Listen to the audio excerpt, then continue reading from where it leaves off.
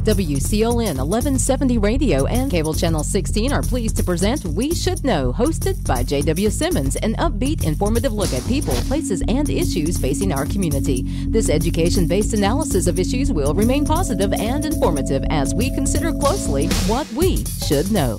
Ladies and gentlemen, welcome back. Thank you for being with us today. We Should Know is on there. We're coming to you from Star TV. That's Channel 16, Star Communications. You may be seeing Star on Channel 316. We look forward to seeing you each and every week with a new guest, new subject, giving you hopefully some information, maybe educating you a bit on some things that's going on that is affecting your life. Today we're talking with Representative Raymond Smith, Jr., District 21. Yes. Representative, you follow Representative Larry Bell in this seat, and I understand you guys are pretty good friends. Absolutely. First of all, thank you for having me today. I really appreciate the opportunity to come before you and talk to the people of Sampson County and make sure that they understand that I am here for them 100%. And as far as it relates to Dr. Larry Bell, one of my heroes, my mentor, I've known Dr. Bell for a number of years. He's an absolute giant in this community, and he has left an indelible footprint that I don't know that I could feel. So all I can give you is the best Raymond Smith Jr. that I can be. Well, I always enjoy talking about Dr. Bell. He's been a friend for a long time, and he knows if he's listening today that we have a genuine good friendship, and he's been a frequent guest on this show over the years. And I remember calling him and asking him, I said, you think Representative Smith would be willing to be on the show? He said, absolutely. Yes. And he said, I'll be glad to reach out for you. I said, that's good. This is the kind of person I think that's a true public servant. Absolutely. I want to kind of look at your background a little bit, though. You've got a background in public schools, being on the school board as a member at large in Wayne County. Yes. You got a background in the military. You've also worked with transportation, I think, for about 10 years. Yes. And that involvement with that process puts you in a place at some point in time that you said, look, I want to kind of get into this, quote, world of politics. Yes. Now, stepping into that world, you had an interesting journey, and I want to kind of get your commentary on that. The vote count in District 21 was 11,939, and the person you were running against got 10,769. Most folks would look at that and say that's kind of a close margin. The reality is where your district runs is hard to describe because it's one of those that touches a number of counties, primarily Sampson, Wayne County, I think a bit of Duplin maybe. Well, it has changed a bit. It no longer has Duplin County as a part of it. The district that Larry Bell had for the time that he was in office is markedly different than the district as it is now. There were some line changes, there was some redrawing of district lines that resulted in District 21 being relatively a brand new district. Matter of fact, to be very succinct, Dr. Larry Bell no longer lives in District 21 himself. He was drawn out of his own district with the redrawing of the lines. And so if he were to ever run again, it would have to be in District 22. Because of the way things have shaped up. District 21 now is primarily Wayne County and parts of Sampson.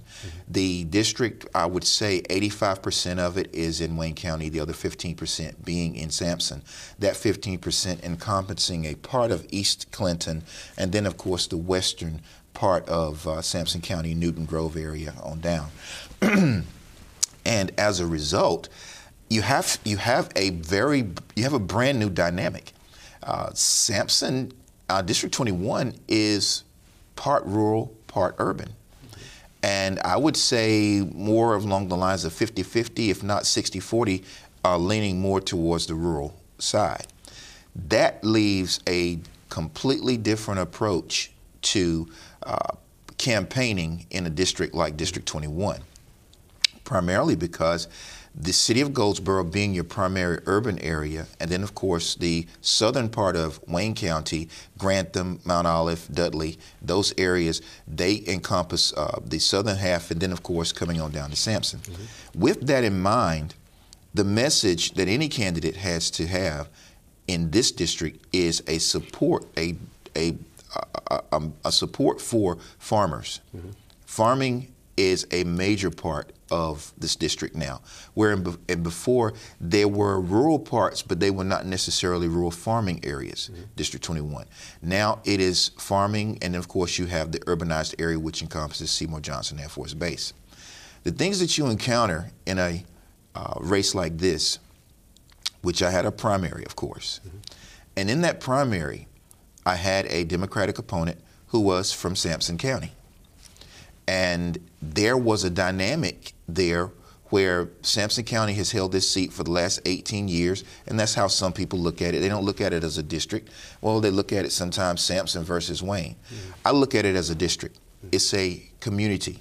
Regardless of where the county line is drawn, we are all one community, and that's how I see it. But there were individuals who looked at it as a Sampson versus Wayne concept. And in any type of competition, it can become contentious. And the primary was very tough. Running a primary in any race is always hard. And my primary results were a lot closer than my general election results because it was an open seat. There was no incumbent. So it was up for grabs, so to speak. So that being the case, it became a very contentious race. There was a lot of competition. There was a lot of, again, Sampson County versus Wayne County concepts that were thrown into it. But what a primary does, even more so than that, it drains the resources that the candidate has trying to win the primary. And then when you have to turn right around behind that and run a general election, it really forces you to have to really go back to that well numerous times. The individuals who support you, they have to, refill the well, so to speak, because you have to now prepare for an opponent in the general election. And that is a long and arduous process as well, because now you've moved from intra-party politics to external party politics, because now you're going against the other party. So it is very, very involved. There's so much that goes into it. It can drain you both physically and mentally and financially, I might add. And it puts you in a very, it puts you in a mode, I'll call it, a mode that is constantly, you're constantly on campaign mode, and you're having to make sure that you are addressing the issues of the individuals that you are vying to represent.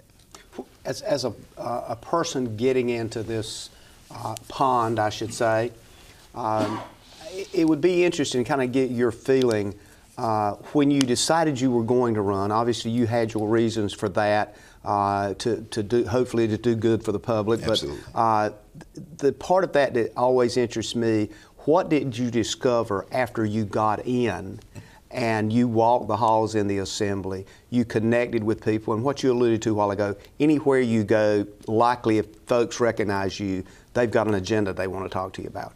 What do you see now that you didn't see as candidate Raymond Smith? The sheer volume of lobbyists, the sheer volume of needs across the state of North Carolina. You can get caught up in focusing on your particular district or your area and their needs, and that is exactly where your focus should be. However, when you are making decisions and you're voting on bills that come before the General Assembly, those bills will affect the entire state of North Carolina, not just your constituency. And I think more than anything else, that revelation, which I understood to a great degree, but having to actually sit there and contemplate not only how will this affect my district, but how will this affect my constituents across the state of North Carolina?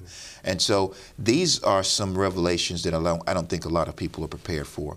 And again, the sheer volume. Lobbyists, as you well know, if you ever visit the General Assembly, Ag Day is a good example. Mm-hmm. Ag Day was, there were people there. You would think you were at a rock concert.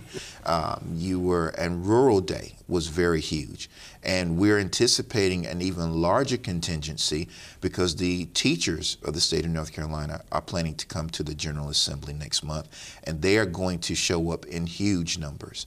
And those are people who are advocating for their very lives. And that is what we are there for. And again, the magnitude of it all is one of the biggest revelations that I received since I've been in the halls. The sense I hear you talking about is that it's a bit overwhelming and maybe a bit foreboding. It's truly a challenge, not only to get in that seat, but to sustain the kind of pace that is required. Of course, I know a number and have interviewed a number and politicians and people that are in seats in the Assembly, and I'm always trying to get the public to understand how involved and how much of your life it takes to do the job that you have campaigned so hard for and asked to be allowed to do. It is a tremendous part of your life, and you know, I can see people sometimes, they'll, like you just explained, they come back and they go, wow, I never imagined. Yes. One can become completely inundated. One can be completely overwhelmed by this process, as well as the end result, should you become victorious. You either need to be single with no life or have a very solid marriage, which I do have. Thank God that I have. The sheer responsibility, the daily responsibilities, the week in, week out, there's no break. Okay, what we have on a weekly basis is a calendar that starts sometimes as early as 7 a.m. and does not end sometimes until 8:30, 9 o'clock that night. And the stuff in between that you're dealing with, the information that we're dealing with as far as bills and going through committee meetings, and once you're assigned to committees, then of course those meetings happen each week. So the bottom line is we have to make sure that we are very prepared and that we are ready for that volume. We're going to take a quick break. Ladies and gentlemen, we'll be back in a moment. We're talking with Representative Raymond Smith. Stay tuned. Call a friend. Experiencing slow internet? If you have a fast internet package, the problem is most likely your wireless router. With more devices using Wi-Fi, your wireless router may not be able to deliver the speed and coverage you need. We now have the leading solution to enhance your internet experience. Using small devices in a mesh network, these Wi-Fi appliances cover just about any size home so that all your devices can operate to their fullest potential. Whole home Wi-Fi from Star Communications. Get the most out of your internet connection. Welcome back, folks. Ladies and gentlemen, we're literally into our second segment already with Representative Raymond Smith, District 21 here in North Carolina. We just talked in the first segment, Representative Smith, as you stepped into this seat, District 21, we alluded to, and you explained that your area that you cover is Wayne and a portion of Sampson. The configuration of that has changed quite a bit from Representative Bell's, your predecessor, being in that seat. And explaining that, one of the things, or one of the observations, and I know folks will call me out if I don't mention this, is this whole issue of district and redistricting in the state. Absolutely. How do you feel about your district? Is this a solid district? Is there something that is awry with that district? Explain to us that, because we are, as we sit here today, looking at this thing as it's being reviewed on the judicial level, on the federal level, as you know. So, what do you think about that? Is that the district? Is that the district as you expected it to be? Is it the district do you think best represents folks in this area? I have a very unique perspective on this, and my unique perspective begins with the fact that the gerrymandering of districts in and of itself presents obstacles, it presents hurdles, it presents challenges. However, my outlook on it is I still want to serve. It has very little to do with my desire or my passion to help people. It doesn't matter where you're from for me. It doesn't matter whether you're rural, whether you're urban. For me, it's all about people. And my mission in life is to help as many people as I can. But now, as it relates to the actual drawing of the lines, there's something unique about District 21, because in the House, especially in the House of Representatives, you'll find that you have very well-defined urbanized districts and you have very well-defined rural districts. I have both because, again, the city of Goldsboro being urbanized and, of course, most of Sampson County, the parts that I represent, and southern parts of Wayne County are very rural. So I'm in a very, very unique position because I'm having to deal with urban issues as well as rural issues. So in this particular case, in District 21, I feel like my district represents, in my humble opinion, what America looks like. We're rural and we're urban. We're not one or the other. However, we need to make sure that everyone has a seat at the table. We need to make sure that everyone has equal opportunity and the best opportunity at quality of life. And those are things that I think matter the most. With that said, and we mentioned in the first segment agriculture, and you said agriculture is a very important part of your district. Not only that, I tend to think of the state of North Carolina, $80 billion plus industry, particularly in this east of 95 area. It drives a lot of things that we do or don't do. In fact, I think the first time I recall meeting you after you were elected was at an ag event here in Clinton. Yes. Give us a feel for agriculture and some of the, should I say, the trials that agriculture is going through. You know a lot about the lawsuits that's been going on. That's big on folks' agenda to look at. We've talked to a lot of experts in that field. Where do you stand on those issues, and talk to us about the importance of maintaining not only stability but forward movement in ag? Agriculture, of course, is near and dear to my heart. I didn't grow up on a farm, but I grew up eating, and I love to eat, as you can well see. One of the things that I think a lot of my constituents who've not been or have been exposed to rural areas don't understand is this the lifeblood of America. It is what we, each and every person in this country, lives to eat and eats to live. And farmers provide that sustenance for our community. Therefore, when I look at the issues related to the lawsuits around hog farms, I have a very clear stance on that. There is no way that we can litigate ourselves out of this issue. We've got to sit down with one another and we've got to talk about it. My solution, my recommendation, we have some of the finest universities and research institutions in America here in the state of North Carolina. I would love to see the farming community, the education community, and the General Assembly to get together and let's invest in research. How can we make this better for everyone? There's got to be a research, a scientific methodology that we can find that will resolve the issues that we have. As far as hog farmers are concerned, nothing in the world better than a piece of bacon. Therefore, in my humble opinion, I can't see voting against hog farmers as it relates to what their needs are. However, they have neighbors. Their neighbors deserve respect as well. So the solution is not to sue one another. The solution is to find a scientific, a research-based method to deal with the waste from hog farms. We're looking at coal ash. We have a coal ash pond in Wayne County, Duke Energy, another environmental issue. Again, there's a university, my alma mater, A&T State University.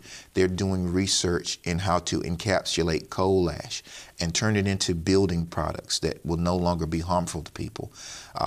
I'm asking Duke Energy, and I sat down with them. They sent the lobbyists to my office, and I sat down with them. I said, what is the end result you think would be for Duke Energy to invest in some of the universities, to invest in research-based solutions to the coal ash issue?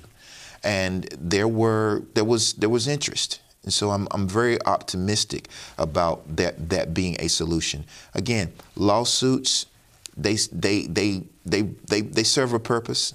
But in this particular case, I don't think it's going to resolve the issue. And again, I would like to see us use our universities to address and attack solutions to these problems.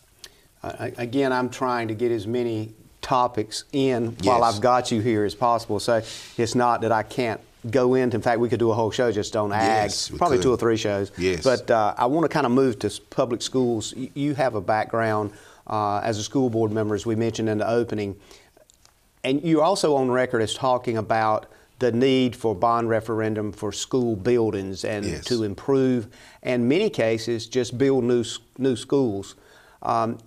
With that being said, and that being out there, what has been the results of your commentary on that? Do you feel you have some positive feedback from folks that may say, well, you know, you're right, maybe we do need to have a state bond referendum to improve schools, particularly in rural areas? And I say that only as what you know is that oftentimes in the rural areas we don't have the pot of money that some of our urban friends in Wake and Greensboro and Mecklenburg and those places have. Absolutely. Your point is spot on. I've long advocated for school bonds. As you know, I was the vice chairman of the Board of Education for Wayne County Public Schools prior to coming to the General Assembly. And prior to that, I served as director of transportation for the school system. And prior to that, I was actually a classroom teacher. I taught middle school social studies. Mm-hmm. And so from the classroom to the boardroom, I can tell you that the conditions that children have to learn in matter. It makes a difference. We have a myriad of conditions where people live.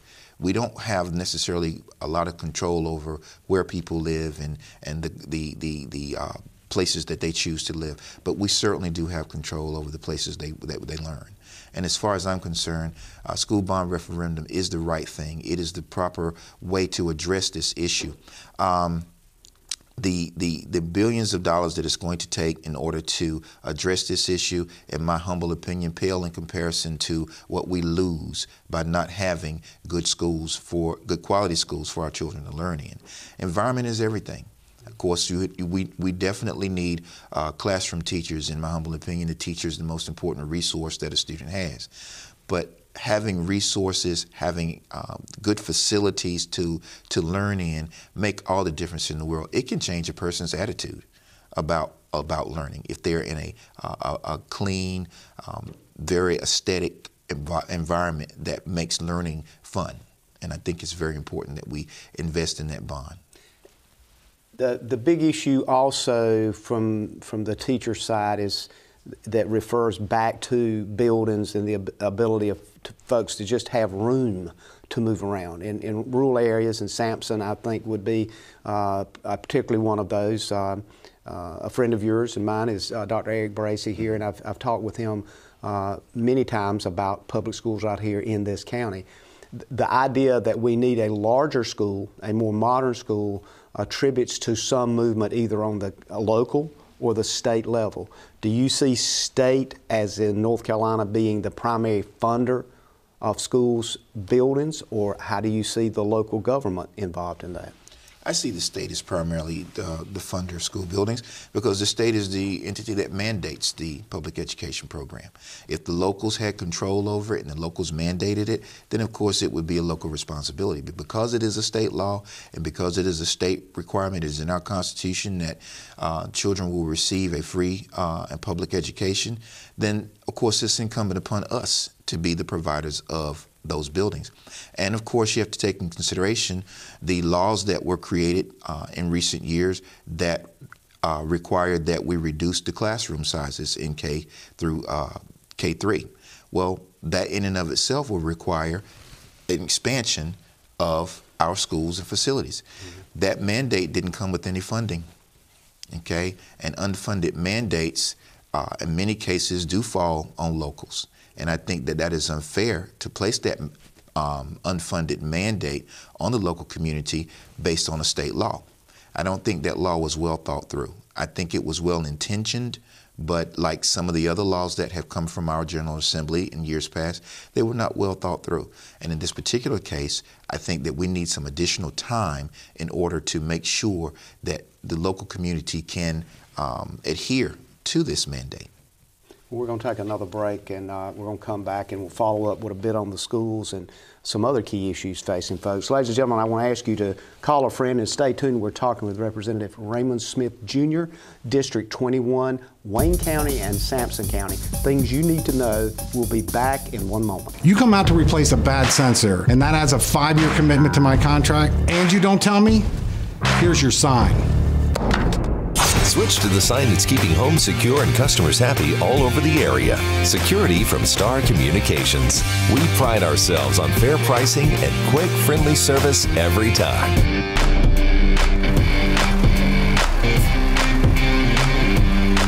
Somebody try to break into this place? Security from Star Communications. Ladies and gentlemen, We Should Know is on there. I want to thank you for being with us today. Also, I want to remind you and thank you for sending us your commentary, information that you think we need to look into, guests that you would like to see us have on.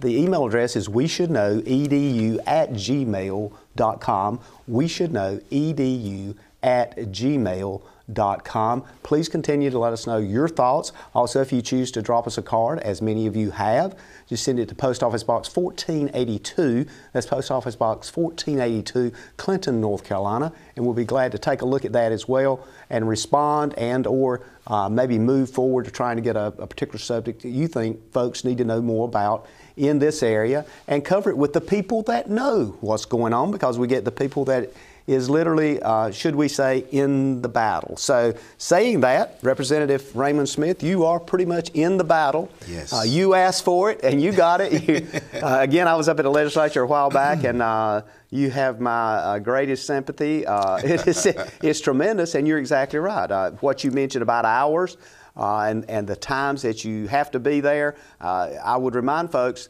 oftentimes your day might start at 4 or 5 o'clock in the morning. Absolutely. And it reminds me a lot of farming. So Yes. I will take that and move with it. We went off with this break. We're talking about schools, and one of the things that's right now, the House, I think, as I recall, has passed House Bill 295, which is removing corporal punishment from the public schools. Now, of the 115 public school districts in North Carolina, my understanding from what I have read is none of those schools really are practicing corporal punishment. Right. This House Bill 295 is primarily to remove that from the allowing public schools to do it. Basically, it would remove that from the statute. How do you stand on that? Well, I supported it. And it was no reluctance for me to support it, but there were debates on the floor. Mm-hmm. And there were debates on the floor about individuals quoting the Bible, where it, spare the rod. Spare not the rod, that kind of thing. Absolutely. And those arguments, while valid, in this particular sense, in my humble opinion, did not address the real issue here. The real issue here is liability. We don't want to place our schools, our teachers, our administrators in a situation where they could become liable, because as we talked about earlier, we live in a lawsuit-happy society. And even though the law did not prohibit the corporal punishment in school, it was something that most school districts chose not to do. Mm-hmm. Well, this makes it very clear. This clears the air. This gets the, in my humble opinion, the administrators, the teachers, they kind of gets them off the hook, so to speak, and they're not put in that position to even have to consider it. So, because you would have some parents who would come to school and say, "Hey, you have my permission to spank my child," which, of course, the school could have taken the parents up on that. Well, how far is too far? How much is too much? So again, in my humble opinion, this is a way to protect our school administrators and our school teachers from being liable for any type of harm. And I'm sure you're aware of a number of studies out there over the past few years that has pointed out that the actual behavior of a person can be negative as a result of well, the word is spanking, but yes, hitting someone. That the results of that sometimes multiplies, and that person then sees that as a way as they grow, or as they are growing up, to hit somebody else. Absolutely. And so a lot of these studies are out there, and they've been validated for a number of years. This is something I think is going to be an interesting topic, as you said, and as I looked at some of the debate on the floor, it was pretty lively, and, Yes. and I won't get into calling names of assembly members, but Yes. people say, well, one person I think quote was, they were very pleased that their father had spanked or beat them or what have you, and I'm going, I don't know whether I would think that you would be glad of that if it was happening to you at that time. So absolutely. that's going to be a very volatile issue.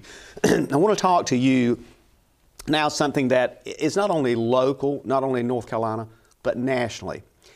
In fact, this is probably for this month will be one of the continued breaking news items, believe it or not, and that is the whole issue of health care. Yes. And we have a number of people that says, well, folks should have Medicare for all.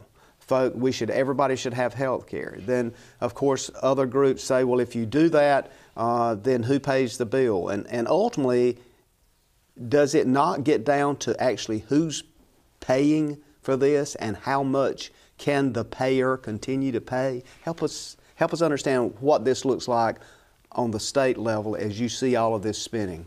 Again, very good point. First and foremost, the bill is going to get paid by someone. And currently, the bill, because we're not taking full advantage of the Medicaid funds that are available to us from the federal government, the bill is being paid by working people like you and me.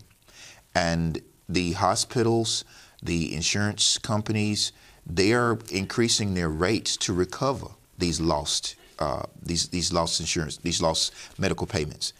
Individuals who do not have insurance have no other recourse but to go to the hospital emergency room for services that you or I may choose to go to a regular doctor for, or we have insurance that we can go to a regular doctor. Well, these individuals are forced to go to the emergency room.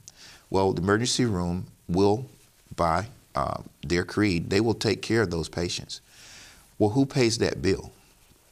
Well, the hospital pays the bill by overcharging you and I for services that we need through the hospital, be it surgery or whatever, and they increase. So there's no control over the rates, no capitation on the rates as far as what they charge. And so because of that, they are recovering their lost revenue because of those individuals who could not pay. Then insurance companies turn right around and increase our premiums to cover for the increase that the hospital is putting on them to pay for the surgeries and things that we get as well for insurance payers.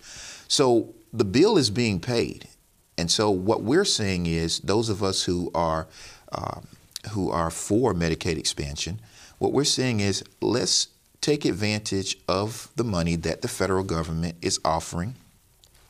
Let us recover the deficit that is created by having to pay these exorbitant costs and premiums, and as a result, we can capitate the rates based on what Medicaid will and will not pay for a particular procedure, and that gives us some control over the costs. That brings the costs down for everyone. That will not result in any increased costs from a tax perspective, because the 90% of the proposal that we've got now, 90% of it will come from the federal government, and 10% will be a match, and that match will be charged back to the provider. So the consumer, in this particular case, will not be charged any exorbitant rates. And the way that the providers recover their costs is through increased an increase in actual customers. So more people being eligible for Medicaid means more people going to a regular doctor and receiving preventative care.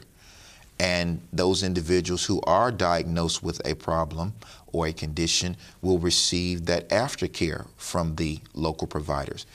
Right now, if you go to the hospital and you are diagnosed with an acute condition, you may get treated for that acute condition by the hospital. However, there is no aftercare Where do you go for your follow-up visits to make sure that the problem is being controlled? Well, if you don't have insurance, you got to go back to the hospital again. And the hospital is not equipped to provide aftercare like a regular clinic or doctor's office would be able to do it. So again, there's a huge dynamic here. There's another proposal called Carolina Cares. The Carolina Cares proposal looks at the use of Medicaid funds, but it looks at it from the perspective of making a work requirement.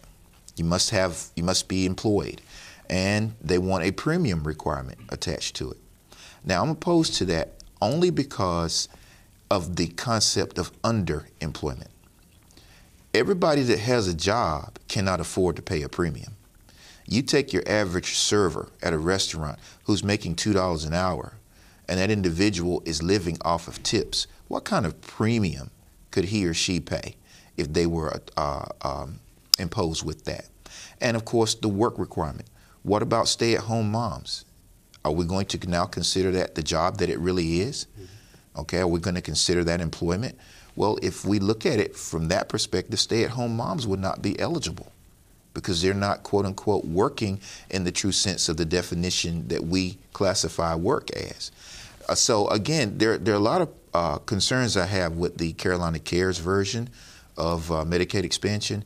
But again, I think the fact that it is a nonpartisan, it's becoming a nonpartisan issue. I think everybody on both sides of the aisle realize that we've got to do something about health care in the state of North Carolina. We can't deal with what's going on at the federal level, but we can certainly deal with what's going on in the state of North Carolina. And I really feel that we have the opportunity of a lifetime here to make a difference in our state. It sounds like, and I want to clarify this kind of quickly, it sounds like I hear you saying that you see this whole health care issue as a state issue, state by state, each state should address it, rather than some national plan that says you got to do A, B, C, or D. I don't necessarily say I see it that way. I say that we don't have control over what happens at the federal level. Mm-hmm. And I think I spend a lot of time trying to differentiate federal law versus state law with my constituents, because we hear a lot about what's going on in Washington, D.C. And what happens in Washington, D.C. can trickle down to us, but it depends on what that subject matter is. And if health care is that issue, we can make that happen. Okay. Ladies and gentlemen, we'll be back in a moment. Again, the show's going rather fast today. We're trying to cover a number of topics with the representative while he's here. I encourage you to call a friend and stay tuned. We're coming up on, I believe, our last segment. We'll be back in a moment. To get the most out of your electronic devices, you need a strong internet connection and a protected home Wi-Fi network. You need high-speed internet from Star. Star has the fastest, most affordable high-speed internet service available for all your devices. We have no long-term contracts or high-pressure sales. Our service speaks for itself, and switching is hassle-free. We take care of everything with free installation from a local company. High-speed internet from Star. Internet at the speed of life.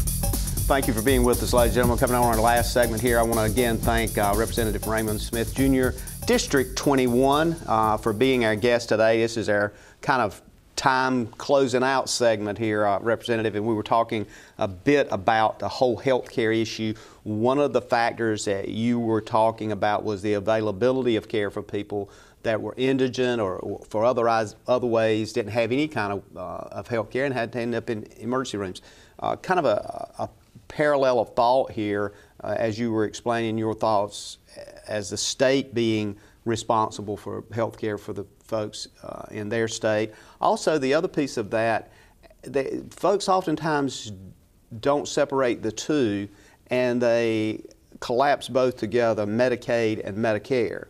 And Medicare being a funded thing that you and I and others that have worked for years have paid into. Yes. So it's a, should I say, it is truly a government insurance that we've paid the government for to be able to have access to at some point in time. But Medicaid, somewhat different. It truly is an indigent form that doesn't reach the level oftentimes that Medicaid does or private insurance. So when we look at Medicaid particularly, and I'm moving the ball here, when we look at Medicaid particularly, immigration, how do you see the folks that are maybe in this country that are here. They get injured, hurt. Maybe they have green cards. Maybe they don't have green cards. But they are human beings. They end up in an ER. Somebody pays the bill. It seems that what we're seeing from media sources and folks that have been there, we have a huge population that continues to increase the unaccountables that you're just not factoring in. Give us your thoughts on that. What should we do, and what do you see happening? Well, again, we're crossing federal issues with state level issues. The whole issue of immigration is not something that we should turn our blind eye to. It's not something we should turn our back on. However, the debate is currently happening at the federal level, and the fallout from that debate will have an effect on rural areas that depend on immigrant labor for the most part, especially with the farming and other industries. That whole issue has everything to do with legalizing the or minimizing the process for legalizing a person to come here and work. Work visas are a good way to do it. That way, with a work visa, you can keep up with who's who and what's what. The employer could take some responsibility for that individual's health care because the employer is making money off of that individual. So I think the employer themselves bear some responsibility for individuals who come to this country from other countries just for the purpose of work. So again, I dare not delve into a federal issue as a state representative, but I will tell you that there's a bill that is being considered at this particular point in time, which is going to force local sheriffs, county sheriffs, to act as ICE agents on behalf of the federal government. There's much debate on this issue. Some sheriffs are adamantly opposed to it because, again, they see this as a federal issue. You have federal officers who are paid to maintain control of the immigrant population and the immigration process. And then, of course, you have some who feel it's their duty to support the legislation coming from Washington, D.C. Well, that debate has yet to hit the floor, but it's coming. And I know that individuals have, on both sides of that issue, have very clear positions on it. Where I stand right now is, again, it is a federal issue right now. It has not been resolved at the federal level, and we certainly cannot resolve it at the state level because right now we don't have control over the immigration process. If we had some say about the immigration process itself, I would probably say I would have more to input as far as my opinion about it. But right now, not having a clear policy that we are asked to adhere to from the federal government, it's very difficult. But from a healthcare perspective, again, I think the employer bears a tremendous responsibility. I mean, we have workers' comp insurance that employers pay. If there is an employee of theirs that's injured on the job, that workers' comp insurance should pay for that individual. But when you start talking about things such as the birth of a child from two immigrant parents, well, according to our Constitution, that child becomes a U.S. citizen automatically. Okay, how do we handle that? Again, these are issues at the next level.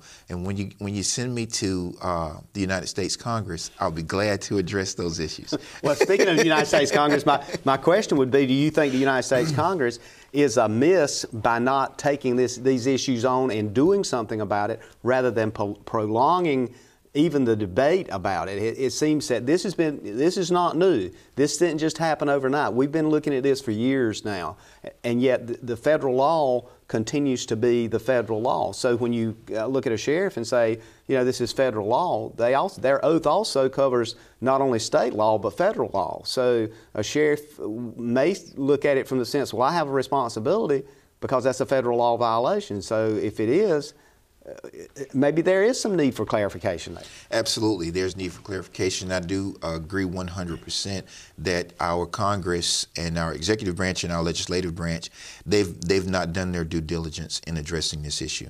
There's so many things that need to be clarified. And that being one of them, the role of local law enforcement as it relates to enforcing federal laws. But one of those dilemmas come to mind when you start talking about the taboo subject of the legalization of marijuana. Again, we have a dilemma here. We have all kinds of issues that are yet unresolved. And I think Washington, D.C., they spend a lot of time on things that really don't matter to people as far as how it affects our lives. They're political things. We need to take the politics out of everything. We need to start solving problems. And I really and truly believe that at the federal level and at the state level, if we focus more on solving problems, we can make life better for our constituents. Speaking of that, and you opened the door, I want to touch on that, marijuana and cannabis, hemp, as it's kind of being grown now for the most part, is a big issue. I've had Dr. Tom Miller on North Carolina State University. We've talked about the subject from the point of what the requirements are to grow it, the permits, all those kinds of things. And very candidly, it seems to be attractive. It seems to be somewhat of memories from big tobacco, in which there was a lot of money made. A lot of farmers literally were able to send their kids to college and other things because of tobacco. So now we have this facing us. Do you see the state at some point in time? Obviously, it's already being grown as it relates to hemp and cannabis as it relates to the National Ag Act is in there. So that's kind of opened the door even more. Is there a time coming that you would support that growth of marijuana for the cannabis factor, and maybe even, as Colorado and some other states has, just open the door and say, let's do it? When I talk about taking care of my farmers, that's exactly what I'm talking about. We need to open new opportunities for our farmers in order to make a living. The weather conditions here in the state of North Carolina, especially in eastern North Carolina, have done some tremendous devastating things to our farmers and their crops. This particular product can be grown indoors as well as out.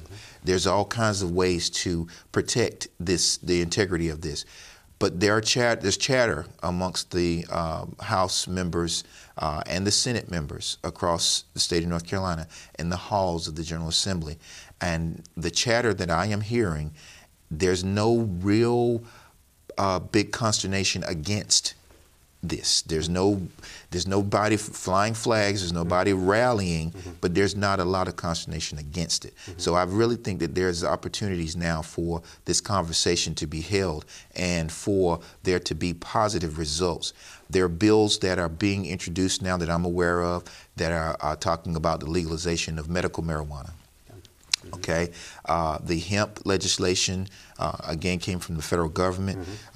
That's already being done, as you said. And so I really feel that there is opportunities here. And I'll revert back to the lottery. I remember living in Greensboro years ago when I was a probation parole officer and going across the Virginia state line in order to play the lottery. And the state of North Carolina lost billions and billions of dollars because they waited too late to get on board. I hope that the state of North Carolina does not wait too late in this particular opportunity because, quite frankly, our state needs it. And I think one of the drivers is what you just alluded to. When you look at the potential income, it's hard to not to look closely at it. There are those that would project billions of dollars a year that could be brought into the state. And of course, the other side of that, we know portions of that THC or whatever it is that's part of the marijuana plant. If it's there and people use that, there's an addictive issue as well. And to talk about that would require probably a whole show that we could talk about just the content of that. Yes, we've had briefings on the addictive or quasi-addictive elements of it. And for every study that shows it's addictive, there's another study that shows that it's not. So again, that is exactly what we need to make sure that we look at the studies, that we make sure that we have covered all of our bases as we go forward. But at the end of the day, if it is legal, if it is legalized, it is something that I think the state of North Carolina should take advantage of, because it is a revenue opportunity that we don't have.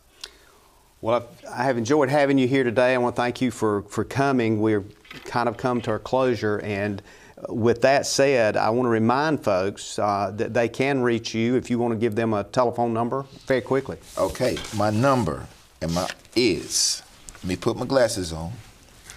My number is 919-733-5863. Thank you very much, ladies and gentlemen. We'll see you again next week. Thank you for tuning in to this week's episode of We Should Know with host J.W. Simmons. If you have a question, comment, or suggestion regarding this or any episode, please send your emails to weshouldknowedu@gmail.com. And remember to tune in every Tuesday at 2:30 for another informative episode of We Should Know.